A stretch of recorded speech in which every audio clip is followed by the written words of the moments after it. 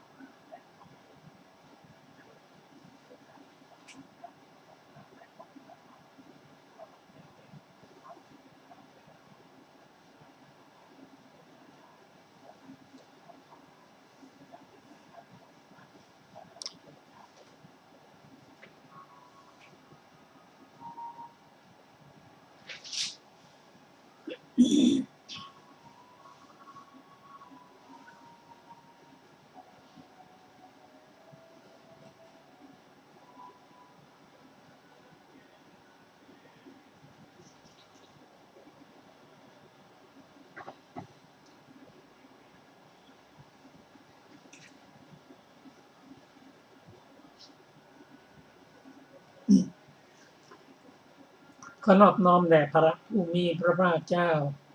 พระองค์นั้นซึ่งเป็นผู้ไกลจากกิเลสตรัสรู้ชอบได้โดยพระองค์เองสวัสดีครับท่านผู้ฟังที่เคารพครับท่านผู้ฟังรับฟังรายการพระไตรปิฎกลอยฟ้ามีเสนอกับท่านผู้ฟังทุกวันพุธตั้งแต่เวลา 18 นาฬิกาถึง 19 นาฬิกาดำเนินรายการโดยกระผมพันเอกธนัทเดชะมีอาจารย์สุรภาเดชะเป็นผู้ร่วมรายการวันนี้เราได้นำพระไตรปิฎกฉบับอรรถกถาเล่มที่ 18ในพระสูตรที่ชื่อว่าอะละคัตถูปมสูตรมีอยู่ในหน้า279ของเล่มที่ 18พระสูตรนี้เราได้มาศึกษากันเมื่อวันพุธก่อน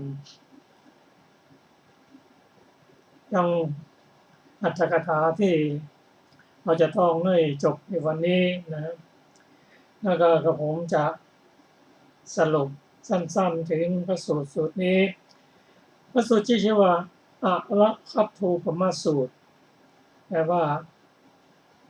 อันตรายจากอสรพิษหรืองูซึ่งเปรียบกับพระธรรมคำสอนถ้าศึกษาไม่ดีก็เป็นอันตรายต่อมรรคผลนิพพานในพระสูตรนี้กล่าวว่าถ้าเราศึกษา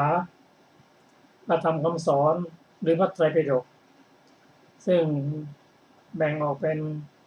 9ส่วนได้แก่สุตตะ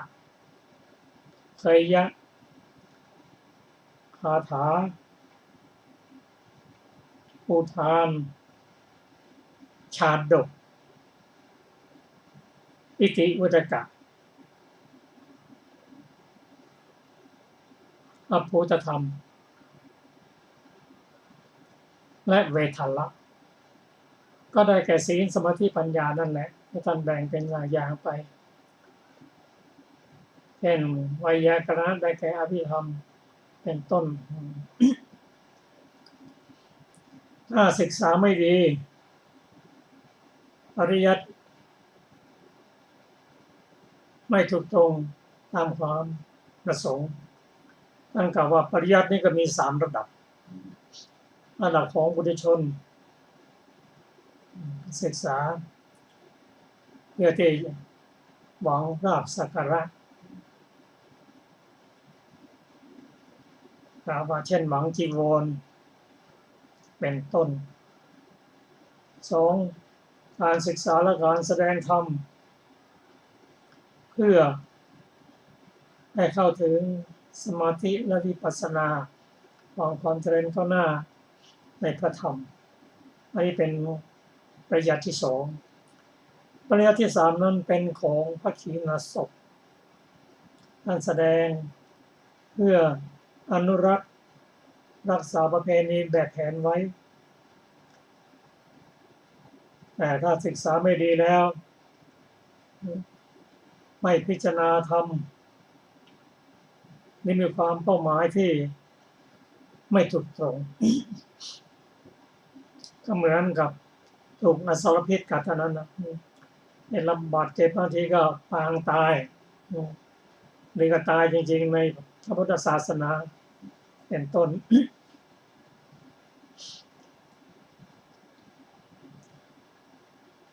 การศึกษา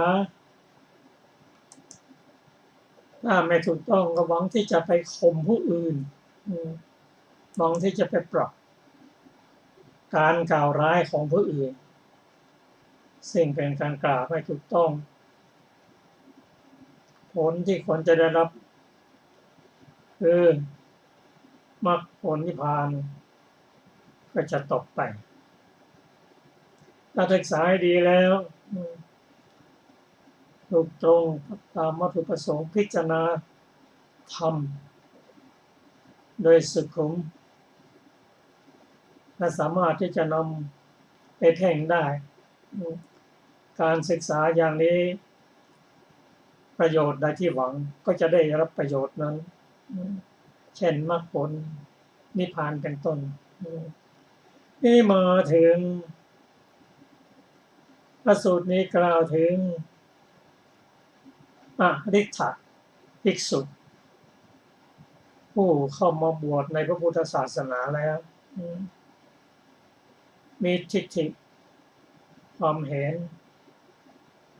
ขัดแย้งกับสัมมายุตธรรมได้กล่าวว่าโอ้พระพุทธเจ้า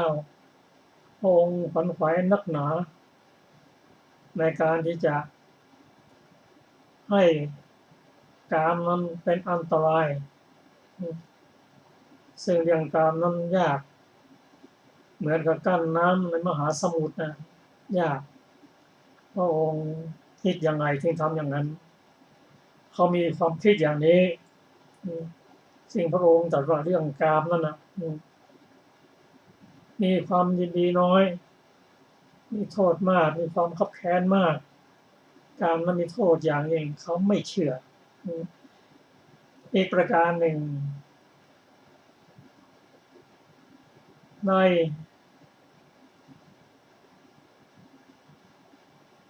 เบสารัสธรรม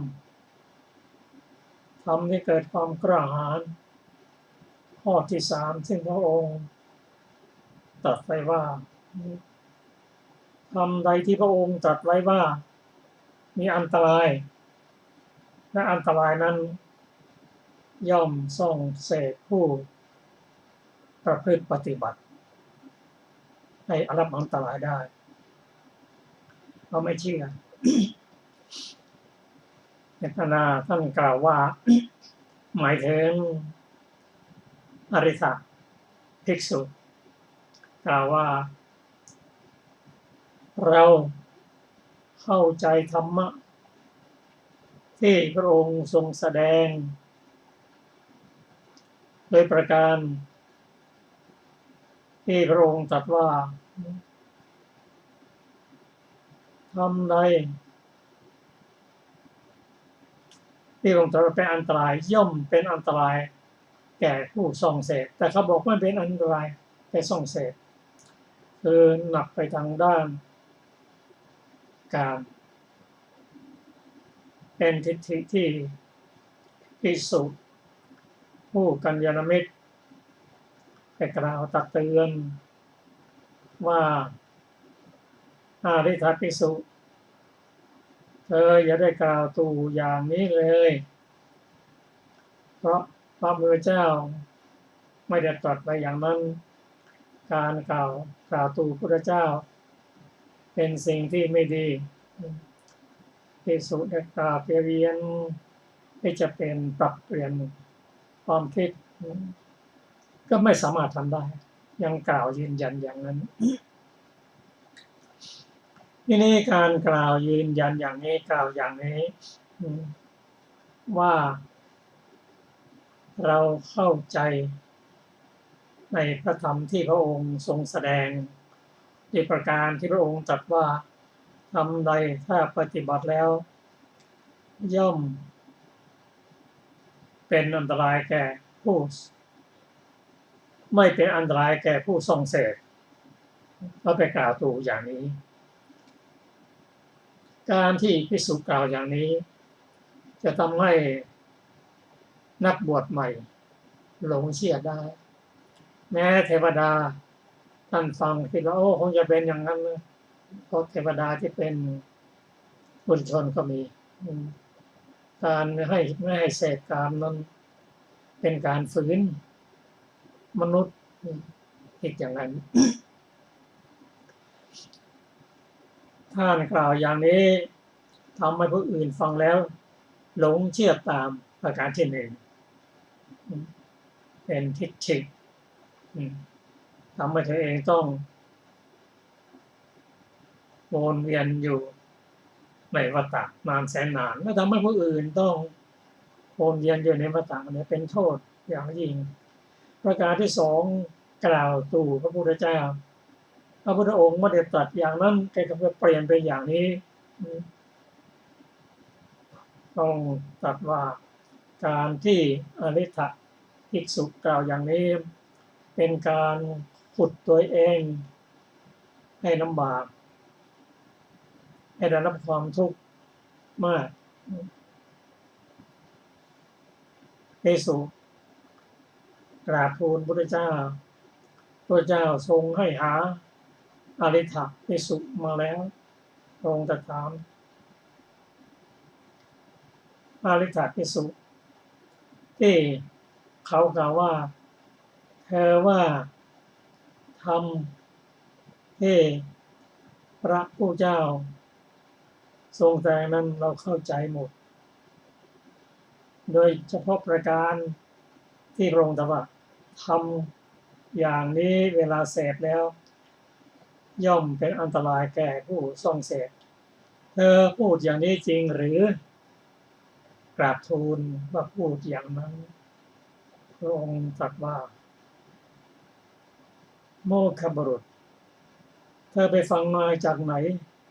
ตถาคตแสดงที่ไหนกับใครเขาก็ไม่ตอบ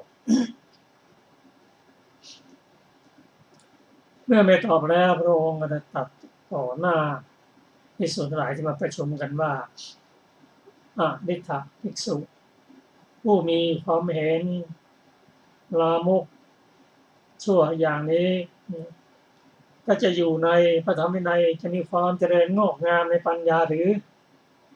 เป็นไปไม่ได้พระเจ้าค่ะอริ t ภิกษุก้มมาว่าตัวเองไม่เจริญงอกงามในพระวินัยแล้วพระองค์ตรัสว่าอริ t ภิกษุมีความเห็นมีทิฏฐิอย่างนี้เป็นผู้ที่กระทำเหมือนเขาเอาหยาดเยื่อหรือโคลนมาใส่ในพุทธศาสนาองค์ทรงแสดงแก่ภิกษุขอความเห็นในที่สุดตอนนั้นว่าถึงจะอยู่ไปก็ไม่มีความเจริญงอกงามก็แค่ว่าขับออกไปในที่สุดก็เธอต้องออกจากพุทธศาสนาไปอันนี้คืออันตรายออกจากไม่ได้ประพฤติในพุทธศาสนาแล้วต้องตกนรกคือการศึกษาที่ไม่พิจารณา มีความประสงค์มีเป้าหมายเพียงเพื่อจะกดข่มผู้อื่นเพียงที่จะกล่าวกับบุคคลที่กล่าวร้ายกับท่านอันนี้ก็เป็นส่วนหนึ่งของพระสูตรนี้หลังจากนั้นพระองค์ก็แสดงธรรมให้ภิกษุได้ฟังกันว่าภิกษุเธอไม่เป็นอย่างนั้นภิกษุศึกษาธรรมสุตตะเคยะไวยากรณะชาดกอุทานอิติอุตกะเวทละหน้าภูตธรรมเป็นการศึกษาปัจจดกนั่นเองภิกษุเป็นผู้ที่ศึกษาเพื่อความเจริญงอกงามไม่ได้ใฝ่ศึกษาเพื่อจะไปข่มผู้อื่นก็หาไม่ใช่ภิกษุย่อมเจริญงอกงามปรารถนาประโยชน์ใดคือมรรคผลนิพพานก็จะได้รับประโยชน์นั้นพระองค์ทรงแสดงถึงความเห็นผิดหรือทิฏฐิซึ่งพระองค์ตรัสว่ามีอยู่6ได้แก่นั่นของเราเป็นนั่นเป็นตัวตนของเรา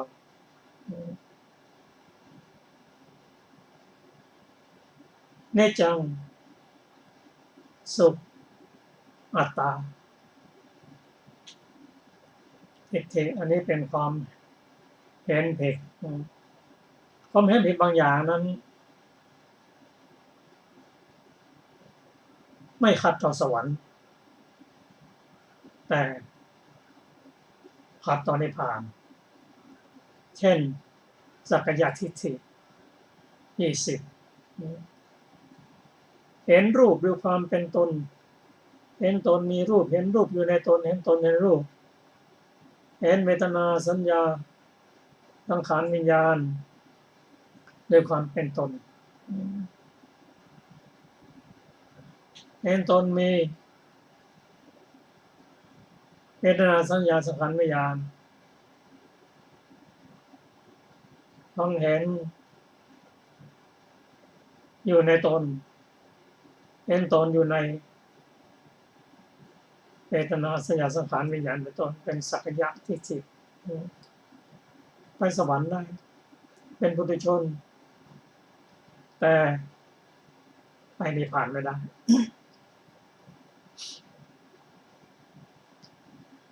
จะต้องละสักยะทิฏฐิและประกอบด้วยศีลพัตตประมาทและวิชิกิจฉาเป็นสังโยชน์เบื้องต่ำ3จึงจะเป็นพระโสดาบันได้จะกลับมาเกิดเพียง7 ครั้งเท่านั้นก็พ้นจากทุกข์เข้าสู่พระนิพพานส่วนผู้ปฏิบัติได้สังโยชน์3แล้วกิเลสโทสะโมหะเบาบางลงเป็นพระสกทาคามีจะกลับมาเกิดเพียงครั้งเดียวเท่านั้นส่วนผู้ได้สังโยชน์3ตัดสังโยชน์3ได้แล้วตัดกามสังโยชน์ปฏิสังโยชน์เป็นสังโยชน์เบื้องต่ำ5เป็นพระอนาคามีไม่กลับมาเกิดในโลกนี้อีกแล้วถ้าได้ฌานจตุตฌานปัญจมฌานก็ไปอยู่ในชั้นสุทธาวาส สพรหมนั้นนิพพานที่นั่นถ้าไม่ได้ฌานก็ไปเกิดในชั้นอรูปภพเป็นต้นส่วนพระพุทธเจ้าหรือพระอรหันต์ของพระองค์นั้นเป็นผู้ตัดสังโยชน์เรื่องสังโยชน์10ได้เพิ่มอีก5ก็คือรูปราคะอรูปราคะมานะอุทธัจจะและอวิชชาเป็นผู้ที่ไม่กลับมาเกิดอีกแล้วอยู่จบพรหมจรรย์แล้วพระองค์ทรงแสดงธรรมะให้ภิกษุได้รับฟัง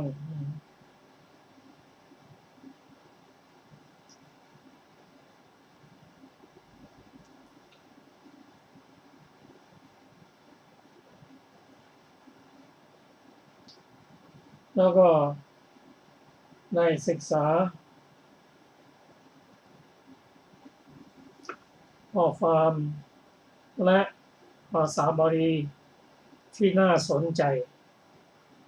ในอัตถกถาก็จะขอเชิญอาจารย์สุรภานำอัตถกถามาศึกษาร่วมกับท่านผู้ฟังเชิญนะครับ สวัสดีค่ะท่านผู้ฟังที่เคารพทุกท่านวันนี้เราจะต่ออัตถกถานะคะของพระสูตรนี้พระผู้มีพระภาคเจ้าทรงนิคหะอริ ฐภิกษุผู้เดียวด้วยโอวาทแม้นี้ด้วยประการชนี้บัดนี้เมื่อทรงแสดงว่าผู้ใดยึดว่าเราของเราด้วยอำนาจการยึดถือ3อย่างในขันธ์5ผู้นั้นชื่อว่าไซโครนหรือหยาดเยื่อลงในศาสนาของเราเหมือนอริ ฐภิกษุนี้จึงตรัสว่า ฉะยิมานิภิกขเวเป็นต้นบรรดาบทเหล่านั้นบทว่าทิฏฐิตถานานิความว่าแม้ทิฏฐิก็ชื่อว่าที่ตั้งแห่งทิฏฐิทั้งอารมณ์ของทิฏฐิทั้งปัจจัยของทิฏฐิก็ชื่อว่าที่ตั้งของทิฏฐิในบทว่ารูปังเอตังมะมะเป็นต้นการถือเอานั่นของเราเป็นตัณหาราคะขอเป็นตัณหาคาหะการถือว่าเราเป็นนั่นเป็นมานะคาหะการถือว่านั่นเป็นตัวของเราก็เป็นทิฏฐิคาหะเป็นอันตรัสตัณหามานะและทิฏฐิซึ่งมีรูปเป็นอารมณ์ด้วยประการชนี้ส่วนรูปไม่ควรกล่าวว่าเป็นอัตตะแม้ในเวทนาเป็นต้นก็นัยนี้เหมือนกันรูปายตนะชื่อว่าทิฏฐะสัทธายตนะชื่อว่าสุตตะคันธายตนะรสายตนะและโผฏฐัพพายตนะชื่อว่ามุตตะคันธายตนะรสายตนะโผฏฐัพพายตนะนั้นท่านกล่าวว่ามุตตะเพราะพบแล้วยึดไว้อายตนะ7ที่เหลือชื่อว่าวิญญาตะบทว่าปัตตังได้แก่ที่แสวงหาก็ดีไม่แสวงหาก็ดีพบแล้วบทว่าปริเยสิตังได้แก่ที่พบหรือไม่พบก็แสวงหาก็แสวงหาแล้วบทว่าอนุวิจริตังมนัสสาได้แก่ติดตามด้วยจิตจริงอยู่ในโลกของที่แสวงหาแล้วพบก็มีแสวงหาแล้วไม่พบก็มีไม่แสวงหาแล้วพบก็มีไม่แสวงหาแล้วไม่พบก็มีในที่ตั้งแห่งความเห็นนั้นของที่แสวงหาพบแล้วชื่อว่าปัตตะของที่แสวงหาแล้วไม่พบชื่อว่าปริเยสิตะของที่ไม่แสวงหาแล้วพบและของที่ไม่แสวงหาแล้วไม่พบชื่อว่ามนัสสานุจริต อีกในหนึ่งของที่แสวงหาแล้วพบก็ดีของที่ไม่แสวงหาไม่พบก็ดีชื่อว่าปัตตะเพราะอัฏฐว่าพบแล้วของที่แสวงหาไม่พบอย่างเดียวชื่อว่าปริเยสิกะของที่ไม่แสวงหาแล้วพบและของที่ไม่แสวงหาแล้วไม่พบชื่อว่ามนสานุจริตะหรือว่าของนั้นทั้งหมดชื่อว่ามนสานุจริตะเพราะเป็นของติดตามด้วยใจตัณหามานะทิฏฐิที่มีวิญญาณเป็นอารมณ์ตรัสด้วยบทนี้วิญญาณตรัสด้วยอำนาจทิฏฐิเป็นต้นเป็นอารมณ์ในหนหลังด้วยอำนาจการยักย้ายแห่งเทศนาบทว่ายังปิตังทิฏฐิฐานังได้แก่ที่ตั้งแห่งทิฏฐิที่เป็นไปโดยนัยยะมีอาทิว่ายังปิตังเอตังโสโลโกบทว่าโสโลโกโสอัตตาความว่าทิฏฐิที่เป็นไปโดยนัยยะเป็นต้นว่าผู้นั้นเห็นรูปโดยเป็นอัตตาย่อมยึดถือว่าเป็นโลกเป็นอัตตาท่านหมายเอาทิฏฐินั้นจึงกล่าวไว้ดังนี้บทว่าโสเปจะภวิสามิความว่าเรานั้นไปปรโลกแล้วจักอยู่เป็นนิจ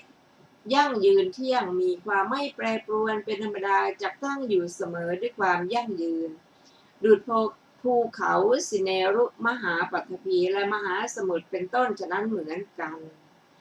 บทว่าตังปิเอตังมะมะความว่า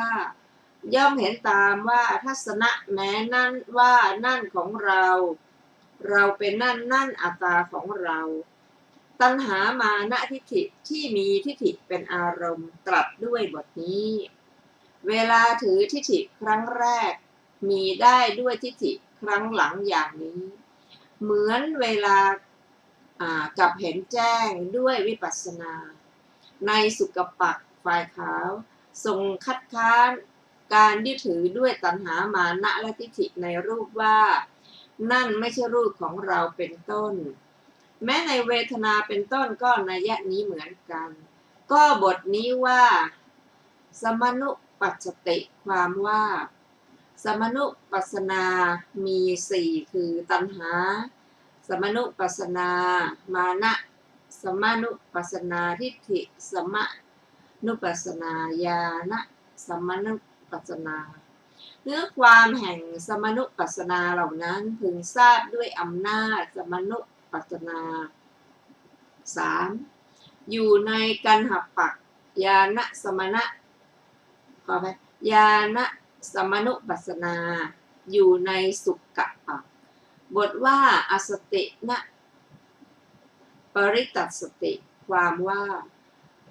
เมื่อความไม่ยึดถือไม่มีเธอย่อมไม่สะดุ้งด้วยความสะดุ้งด้วยภัยหรือด้วยความสะดุ้งด้วยตัณหาพระผู้มีพระภาคเจ้าเมื่อทรงแสดงถึงพระขีณาสพผู้ไม่สะดุ้งเพราะความพินาศแห่งขันธ์ภายในจึงทรงจบเทศนาด้วยบทนี้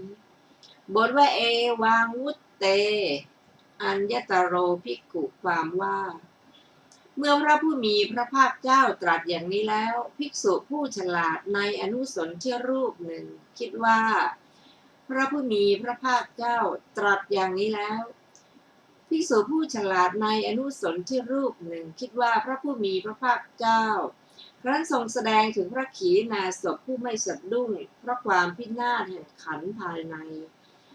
ทรงจบเทศนาก็เมื่อพระขีณาสพไม่สะดุ้งภายในอยู่ภิกษุผู้สะดุ้งภายในภิกษุผู้สะดุ้งภายนอกภิกษุผู้สะดุ้งเพราะความพินาศในบริขาร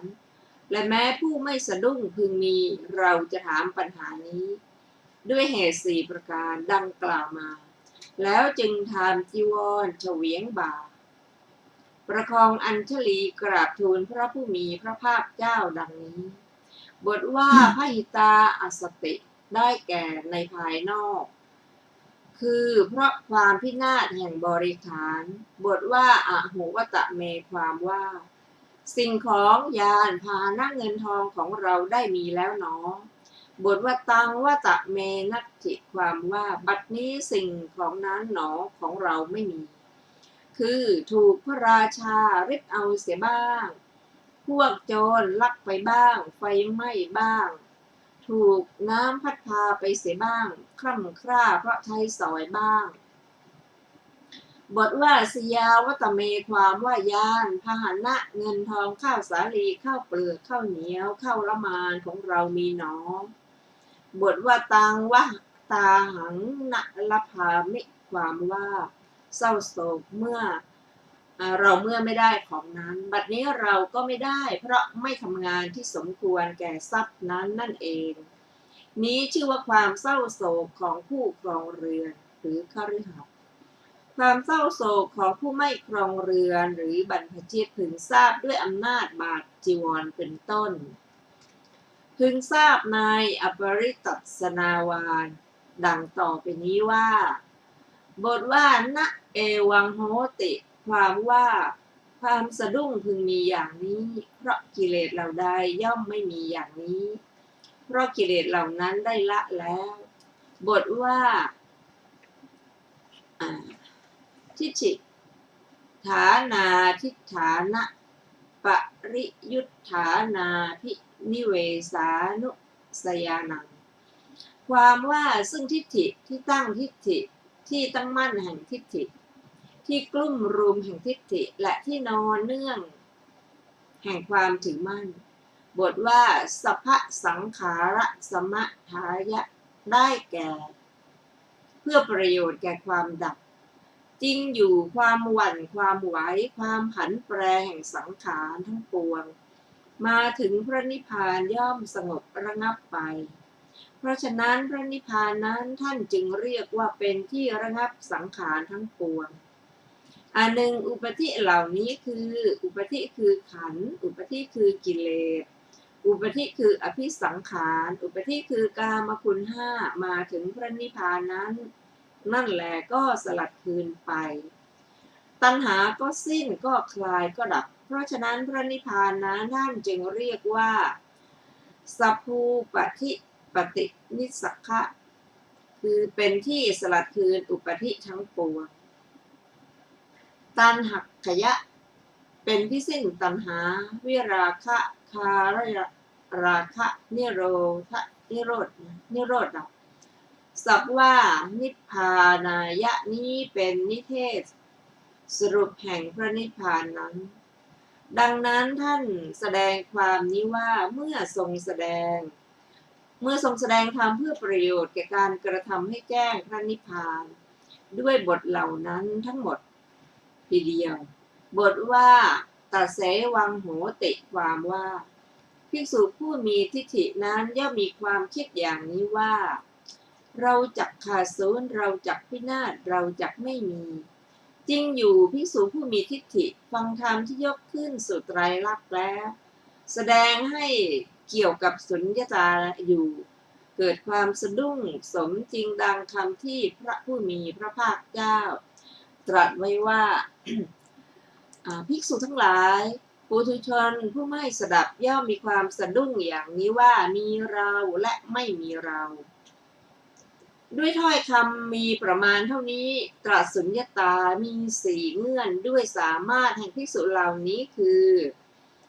ภิกษุผู้สะดุ้งและผู้ไม่สะดุ้งเพราะความพินาศแห่งปริฆารภายนอก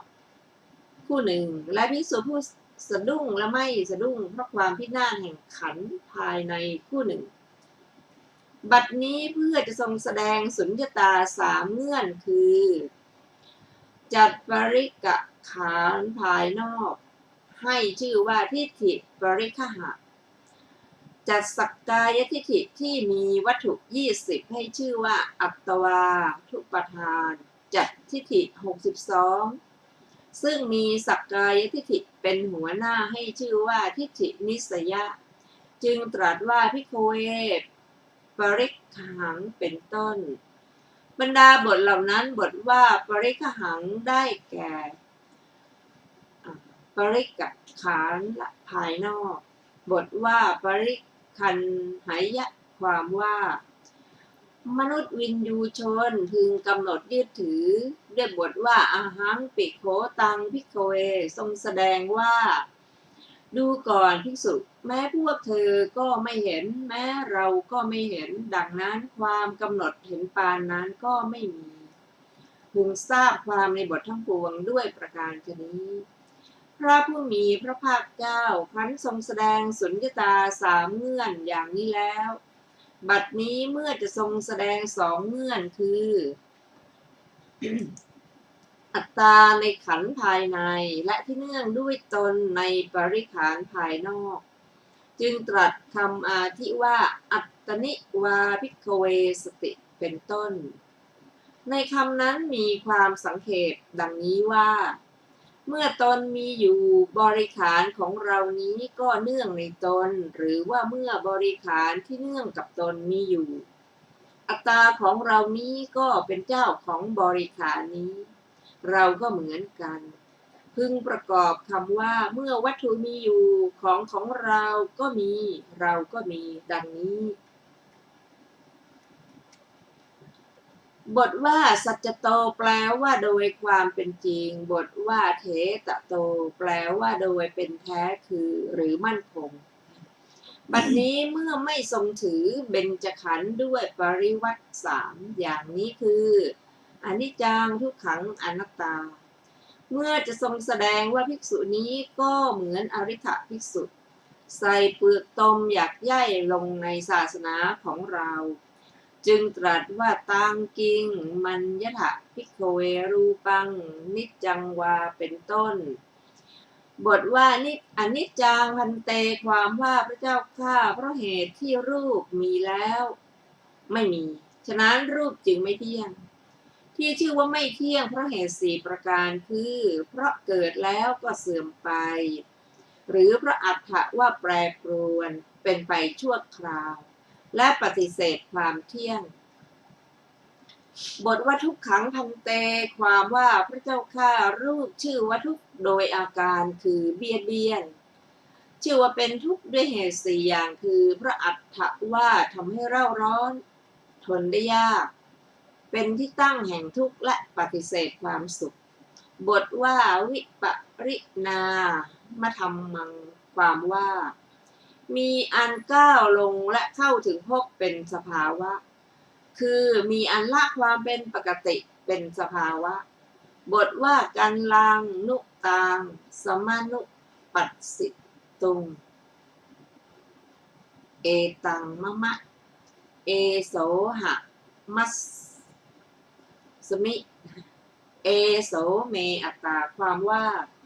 สมควรหรือที่จะมายึดถือรูปนั้นอย่างนี้ว่าเราของเราด้วยอำนาจแห่งการยึดถือแห่งตัณหามานะและทิฏฐิทั้งสามเหล่านี้ด้วยบทนี้ว่าโนเหตังพันเตภิกษุเหล่านั้นย่อมปฏิญาณว่า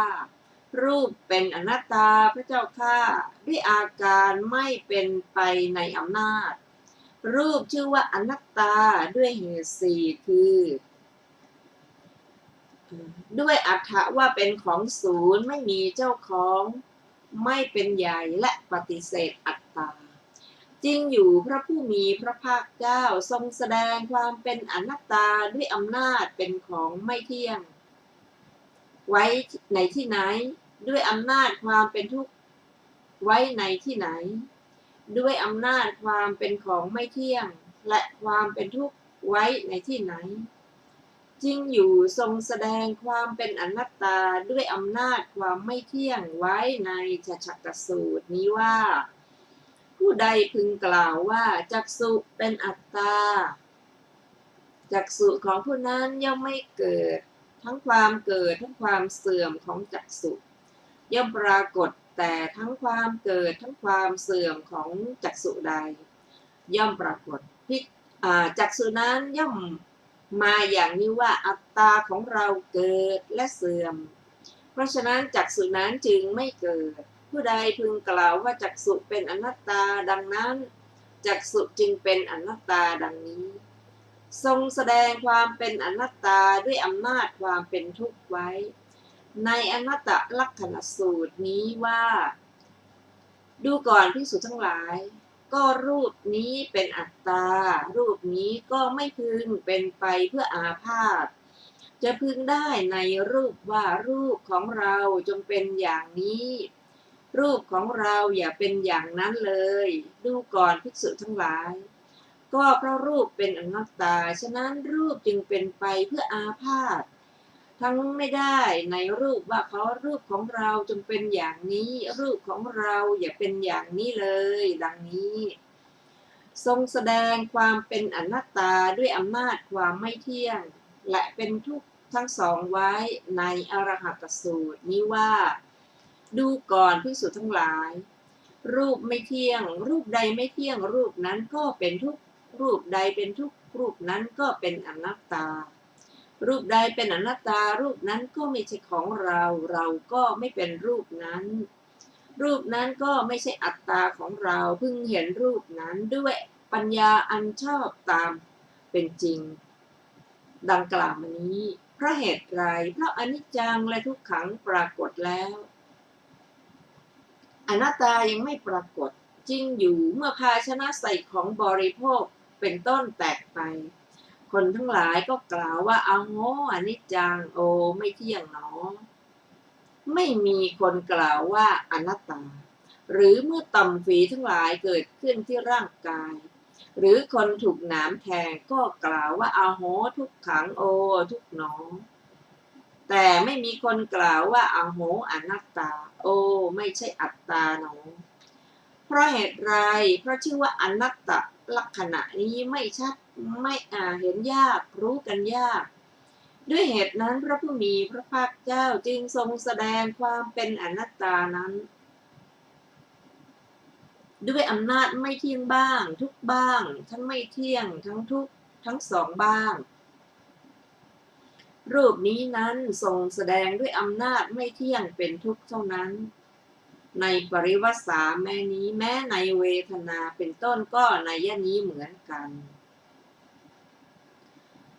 บทว่าตัสสมาติหะภิกขเวความว่าดูก่อนภิกษุทั้งหลายเพราะรูปไม่เที่ยงเป็นทุกข์เป็นอนัตตาทั้งในบัดนี้ทั้งในการอื่นๆคำว่ายังกินจิรูปังเป็นต้นกล่าวไว้พิจารณาแล้วในขันธนิเทศวิสุทธิมรรคบทว่านิพินทติแปลว่าเบื่อหน่ายก็ในคำว่านิพินทติในบาลีนี้ท่านประสงค์เอาวุฒานะคามินีวิปัสสนาคือวิปัสสนาอันให้ถึงความออกจากความยึดถือตัณหาแท้จริงวุฒานะคามินีวิปัสสนามีมากชื่อบางแห่งเรียกว่าสัญญัคคะบางแห่งว่าธรรมทิติญาณทิฏฐิญาณบางแห่งว่าปาริสุทธิปทานิยังคะบางแห่งว่าปฏิปทาญาณทัศนวิสุทธิบางแห่งว่าตัมมยปริยาทานะบางแห่งก็มี3ชื่อบางแห่งก็2ชื่อบรรดาอาคตสถานเหล่านั้นในโปฏฐปาทสูตรก่อนตรัสเรียกว่าสัญญัคคะอย่างนี้ดูก่อนโปฏฐปาทสัญญาเกิดขึ้นก่อนภายหลังญาณจะเกิดขึ้นดังนี้ในสุสีมสูตรตรัสเรียกว่าธรรมทิฏฐิญาณอย่างนี้ว่าดูก่อนสุสีมะธรรมทิฏฐิญาณมีก่อนภายหลังญาณในนิพพานจึงมีดังนี้ในทัศสุตรสูตรตรัสเรียกปาริสุทธิปทานิยังคะว่าปฏิปทาญาณทัศนวิสุทธิปทานิยังคะดังนี้ในรัฐวีนีติสูตรท่านเรียกว่าปฏิปทาญาณทัศนวิสุทธิอย่างนี้ว่าผู้มีอายุท่านประพฤติพรหมจรรย์ในพระผู้มีพระภาคเจ้าเพื่อปฏิปทาญาณทัศนวิสุทธิหรือหนอดังนี้ในสลายตนะวิพังคสูตรท่านเรียกว่าตัมมยปริยาทานะอย่างนี้ว่าดูก่อนภิกษุทั้งหลายอุเบกขานี้ใด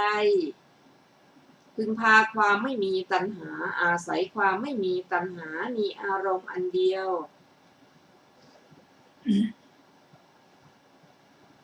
อาศัยอารมณ์อันเดียวพวกเธอจงละอุเบกขานั้นเสียจงก้าวล่วงอุเบกขานั้นเสียการละอุเบกขานี้มีอย่างนี้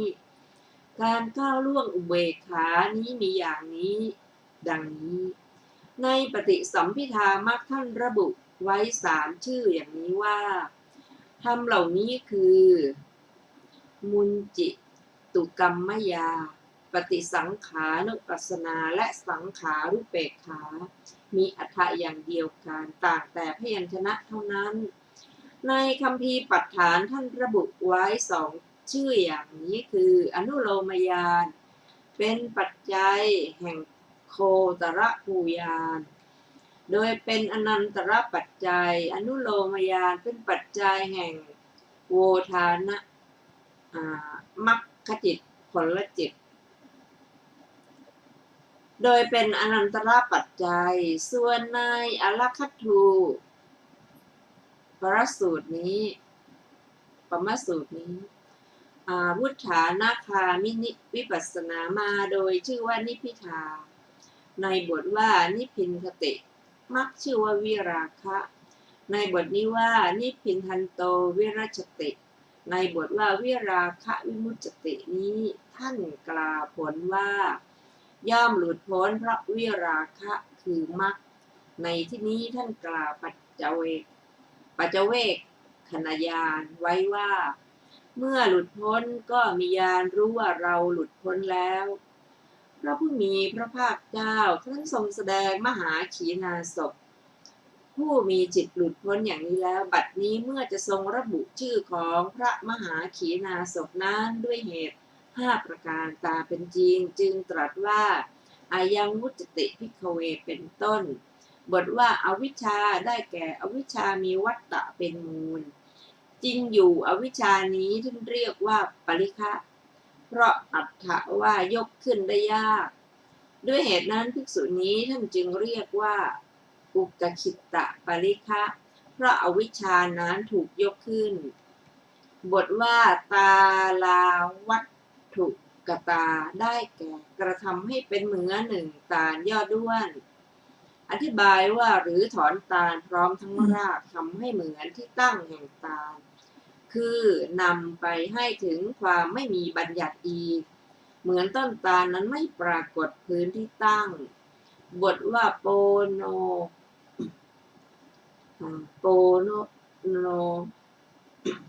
ภวิโตได้แก่ให้พบใหม่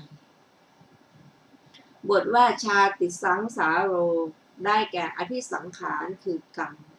อันเป็นปัจจัยแห่งขันธ์ในภพใหม่ที่ได้ชื่ออย่างนี้โดยการเกิดและท่องเที่ยวไปในชาติทั้งหลายจริงอยู่อภิสังขารคือกรรมนั้นท่านเรียกว่าปริฆาเพราะตั้งแวดล้อมไว้ด้วยการกระทำให้เกิดบ่อยๆด้วยเหตุนั้นภิกษุนั้นเรียกว่าสังกินนะปริกขะเพราะวิชานั้นเกลื่อนกลนไปบทว่าตัณหาได้แก่ตัณหาที่มีวัตตะเป็นมูลจริงอยู่ตัณหานี้ท่านเรียกว่าเอสิกาเพราะอัตถะว่าตามไปโดยลึกซึ้งด้วยเหตุนั้นภิกษุนั้นท่านเรียกว่าอัปพุละเหสิกะเพราะตัณหานั้นเขายกทิ้งคือเพราะเขาตัดทิ้งบทว่าโอรัมภาคิยานิได้แก่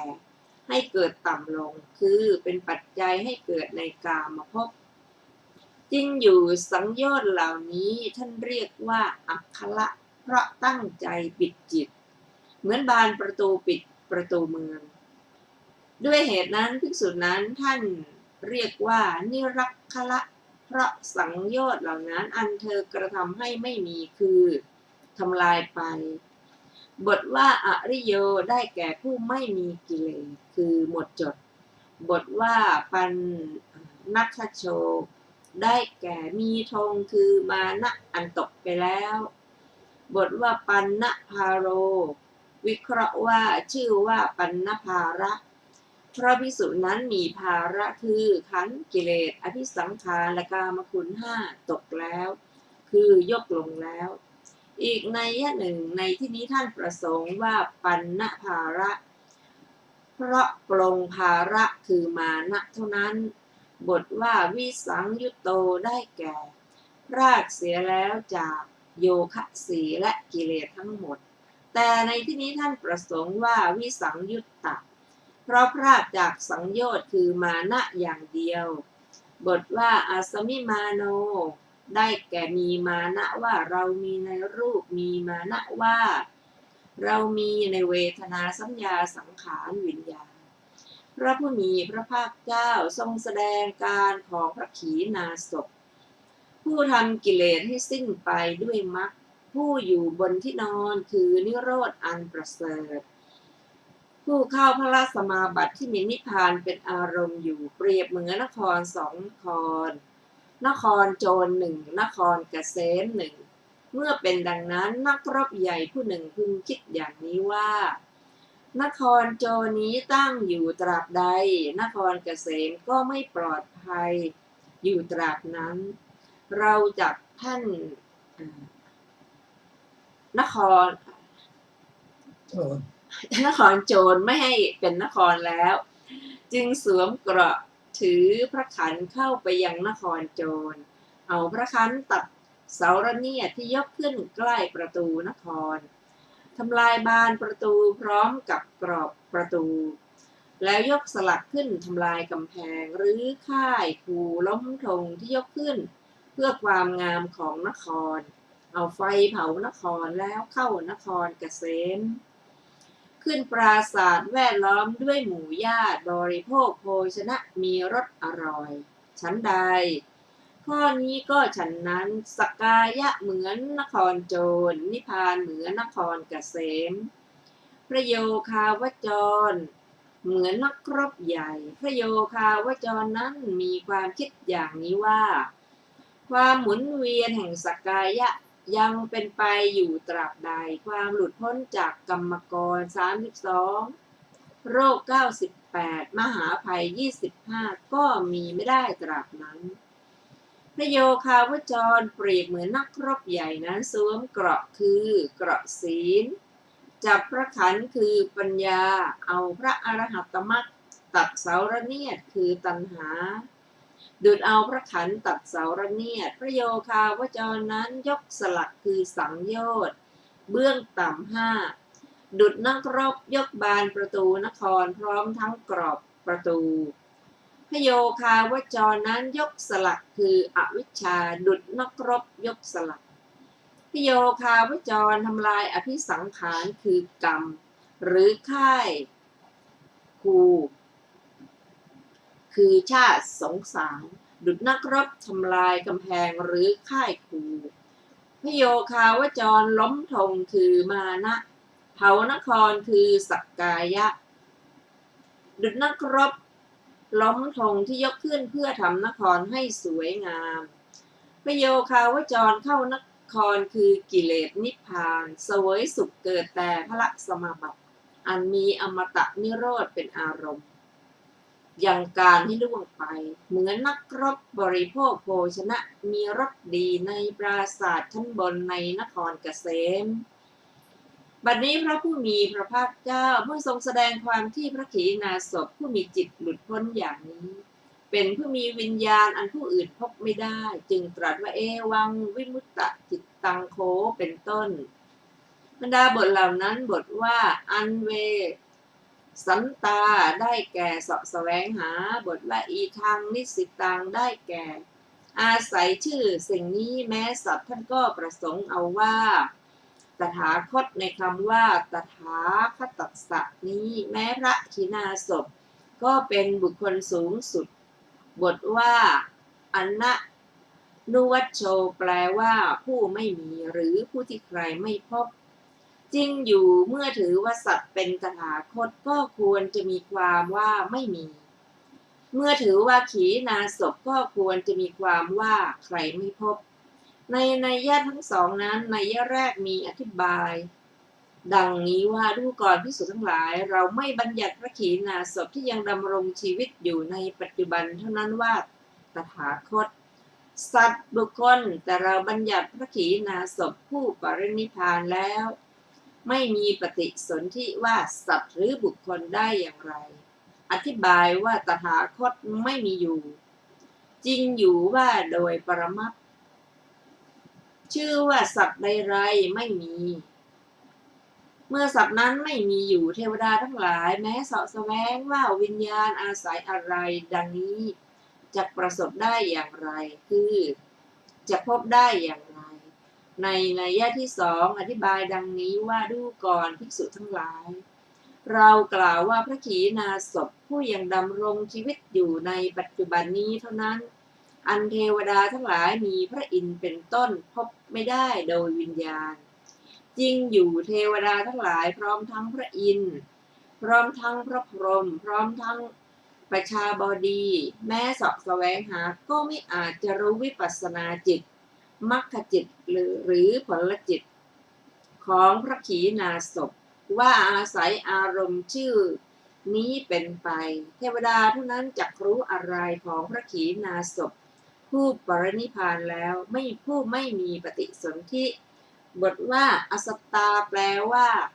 ไม่มีอยู่บทว่าตุจฉาแปลว่าว่างเปล่าบทว่ามุสาแปลว่าพูดเท็จ